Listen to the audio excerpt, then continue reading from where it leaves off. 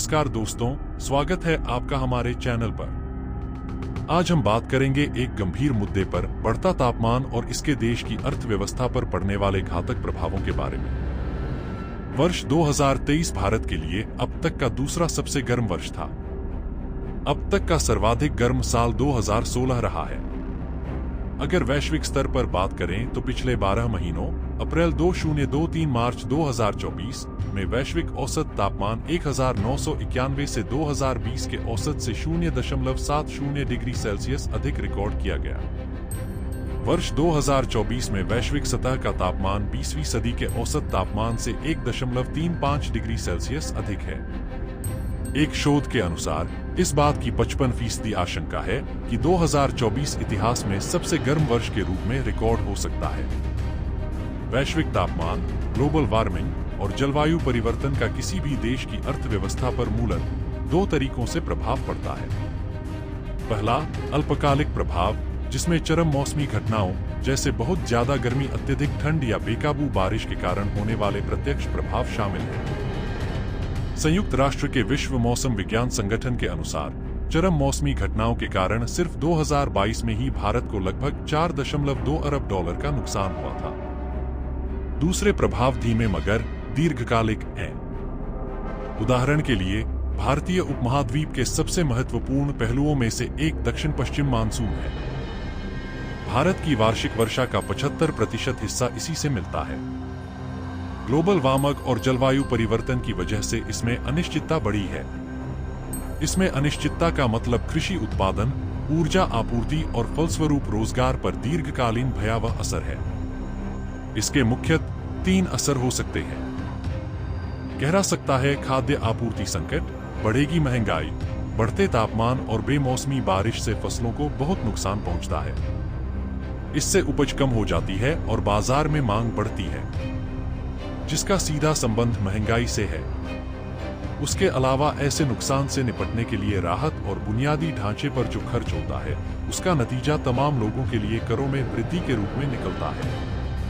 यह हमारे विदेशी मुद्रा भंडार को भी प्रभावित करती है, क्योंकि सरकार उन फसलों के निर्यात पर पाबंदी लगा देती है जिनकी उपज कम होती है।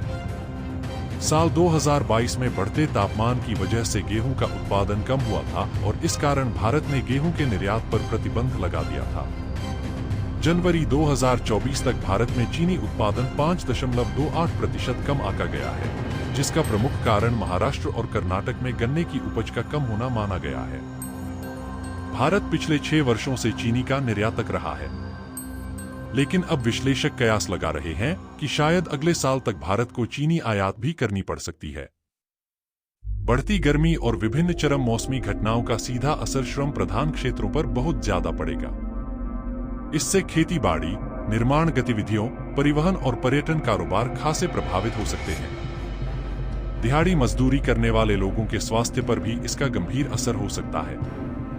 अंतर्राष्ट्रीय श्रम संगठन ILO का अनुमान है कि ग्लोबल वार्मिंग के प्रभाव का सबसे अधिक सामना कृषि और निर्माण श्रमिकों को करना पड़ेगा।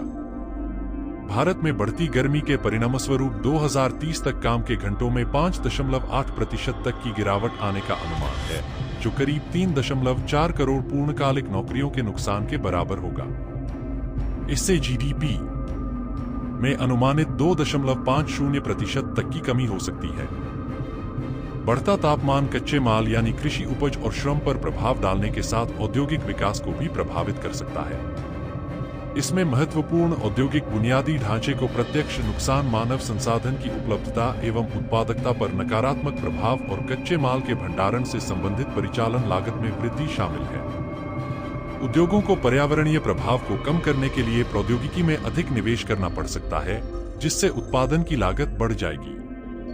इसके अतिरिक्त समुद्र का बढ़ता स्तर बाढ़, चक्रवाती तूफान, भूस्खलन आदि सड़क, रेलवे और समुद्री मार्गों जैसे परिवहन साधनों को सीधे प्रभावित करेंगे, जिससे भी आपूर्ति श्रृंखला बाधित हो सकती है।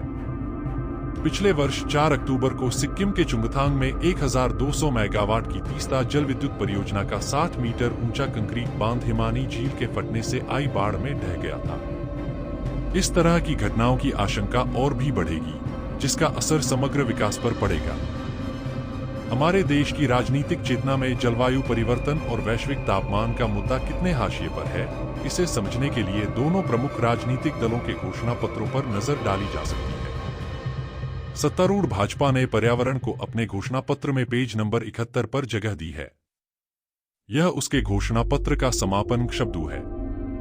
वहीं कांग्रेस ने इसे अपने घोषणा पत्र में पेज 41 पर जगह दी है, जो उसका आखिरी अध्याय है। गौरतलब है कि 2048 तक दुनिया के औसत तापमान में 4 डिग्री की बढ़ोतरी होने का अनुमान है। साथ ही बर्फ पिघलने से बाढ़ जैसे हालात बन सकते हैं और 2050 तक 20% देश जल संकट से घिर सकते हैं। इसके साथ ही 2030 तक बढ़ते तापमान के कारण 2,50,000 लोगों की मौतें हो सकती हैं। वस्तुतः गर्मी बढ़ने से ऊर्जा की मांग बढ़ेगी, जिससे वायु प्रदूषण फैलेगा। एक और अनुमान है कि ग्लोबल वार्मिंग से $20 अरब का आर्थिक नुकसान हो सकता है। कृषि पैदावार में गिरावट आने से भुखमरी बढ़ेगी और अकाल जैसे हालात बन सकते हैं। तो इसका समाधान क्या है? हमें ग्रीनहाउस गैसों के उत्सर्जन को कम करना होगा, स्वच्छ ऊर्जा स्रोतों को अपनाना, वृक्षारोपण को बढ़ावा देना और जलवायु नीति में सुधार करना होगा। इसके साथ ही हमें अपने दैनिक जीवन में भी छोटे छोटे बदलाव करने होंगे, जैसे कि बिजली की बचत, पानी की बचत और प्लास्टिक का कम उपयोग। अगर हम सभी मिलकर इन कदमों को उठाएं, तो हम न केवल पर्यावरण को बचा सकते हैं, बल्कि अपनी अर्थव्यवस्था को भी मजबूत बना सकते हैं। अगर आपको यह वीडियो जानकारीपूर्ण लगी हो, तो हमारे चैनल को सब्सक्राइब करें और बेल आइकन को दबाएं, ताकि आपको हमारे सभी नए वीडियोज की जानकारी मिलती रहे।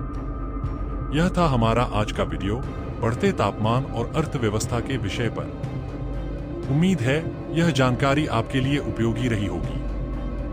अगली बार फिर मिलेंगे एक नए मुद्दे के साथ। तब तक के लिए सुरक्षित रहें और पर्यावरण का ख्याल रखें। धन्यवाद।